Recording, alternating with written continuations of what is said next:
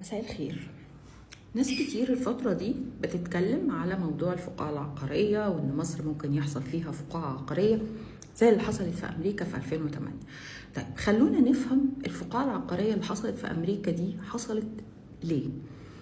ولما هنفهم هي حصلت ليه احنا هنجاوب على السؤال لوحدنا. هل مصر ينفع تدخل في فقاعة عقارية ولا لا؟ الفقاعة العقارية هي بدأت في 2004 لما بنوك وول ستريت بدأت إن هي تدي قروض عالية لمحدودي الدخل علشان يشتروا بيوت، وفعلا بدأ محدودي الدخل يستغل موضوع القروض دي ويقدموا على قروض، وكانت الإجراءات سهلة وبسيطة، مفيش HR ليتر ومفيش كل الكلام اللي احنا بنعمله في مصر، وبدأوا ياخدوا القروض بطريقة سهلة جدا. القروض دي اتحولت أو اتعمل لها حاجة اسمها توريق.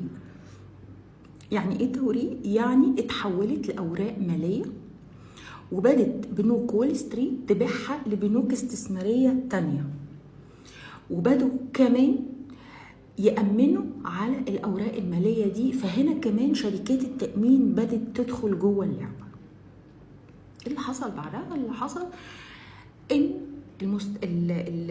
الناس اللي أخذت القروض دي اللي هم محدودين الدخل بدوا يتعثروا في السداد، فبدت بنوك وول ستريت تسحب منهم البيوت دي وتعرضها للبيع. المشكلة إن هي بسبب القروض والفوائد والحاجات دي كلها اضطرت إن هي تعرض البيوت دي بأسعار أعلى بكتير من أسعار الشراء، فبدأ يحصل ركود، وبدت إن البيوت دي مش بتتباع طبيعي لأن سعرها عالي جدا فبدت إن هي مش بتتباع.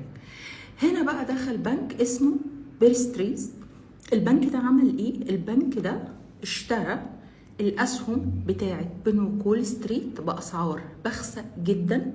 اشترى السهم ب$2 وسعر السهم الحقيقي $30، بس طبعا هو داخل علشان ينقذ موقف، يستغل ازمه طبعا. بدأ بقى كمان ان البنوك الاستثمارية التانية اللي اتبعت لها الاوراق المالية تدخل هي كمان جوه المشكلة، فبدأ يحصل تعثر في بنوك من البنوك الكبيرة جدا في امريكا. هنا الحكومة الامريكية كان لازم تتدخل وتنقذ الموقف ده. طيب انا في مصر انا ما عنديش الكلام ده كله. انا في مصر علشان اخد قرض اكيد كلنا مرينا بالموقف ده او بعضنا مر بالموقف ده، اجراءات كتيره جدا، اثبات دخل واثبات ان انت تقدر تسدد. فبالتالي فكره الفقاعه العقاريه ما ينفعش تحصل في مصر من الاساس. شكرا.